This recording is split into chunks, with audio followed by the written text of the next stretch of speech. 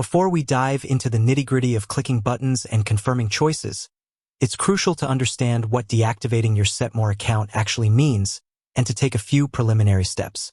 Deactivation isn't just about making your account invisible. It involves ceasing its functionality and, in most cases, leading to the eventual deletion of your data. This is why it's incredibly important to think about any data you might want to retain. Are there customer lists you need to export? Appointment histories that are vital for your records? Any reports or analytics that you might need for future business planning? Setmore, like most online services, stores your data on its servers. Once you deactivate, the clock starts ticking on how long that data remains accessible, if at all. So, before you do anything, take a moment to download any essential information. Most platforms offer export functionalities for customer details, appointment logs, and service lists.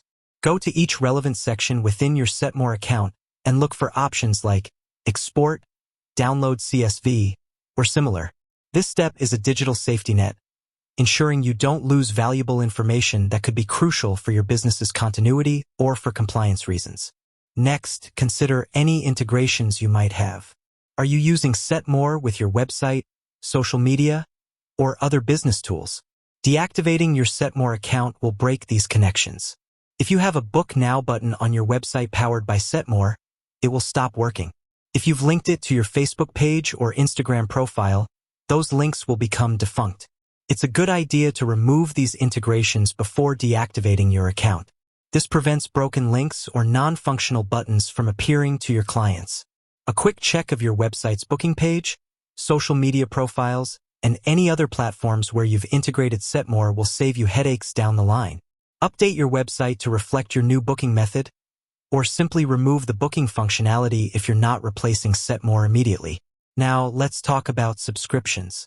If you're on a paid Setmore plan, deactivating your account will likely terminate your subscription. However, it's always wise to double-check your billing cycle. You don't want to be charged for a service you're no longer using.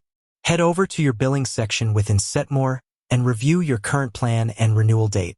If your renewal is coming up soon, deactivating before that date will prevent any further charges. Some services might offer a prorated refund, but this isn't always the case, so managing your subscription proactively is key.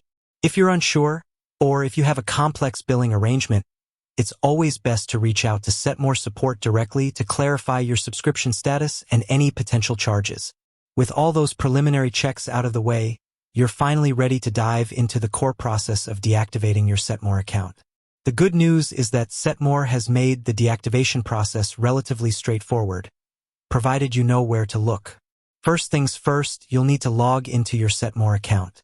Make sure you're logging in with the administrative credentials, the email and password associated with the account owner, not just a staff member. Access to the administrative settings is crucial for deactivation. Once logged in, navigate to the Settings menu. This is usually represented by a gear icon or a text link labeled Settings, typically found in the left-hand navigation pane or the top right corner of your dashboard. Click on it to expand the settings options. Within the Settings menu, you'll need to look for a section related to your account, profile, or business details. The exact labeling might vary slightly depending on any recent Setmore interface updates, but it will generally be in a prominent location within the settings area. Click on this section. Now you're looking for the deactivation option. This is often labeled as Deactivate Account, Close Account, or sometimes more subtly as Delete Account. It might be located at the very bottom of the page or within a specific account management or security tab. It's often intentionally placed somewhat out of the way to prevent accidental deactivation. Once you find it, click on it. Setmore, like most responsible platforms, will likely present you with a confirmation prompt. This is a critical step designed to ensure you genuinely intend to deactivate your account. The prompt will usually inform you about the implications of deactivation, for example, that your data will be deleted after a certain period, or that your booking page will become inactive. Read this information carefully. Sometimes they might also ask for a reason for deactivation. While optional, providing feedback can be helpful for Setmore to understand why users are leaving and potentially improve their service in the future.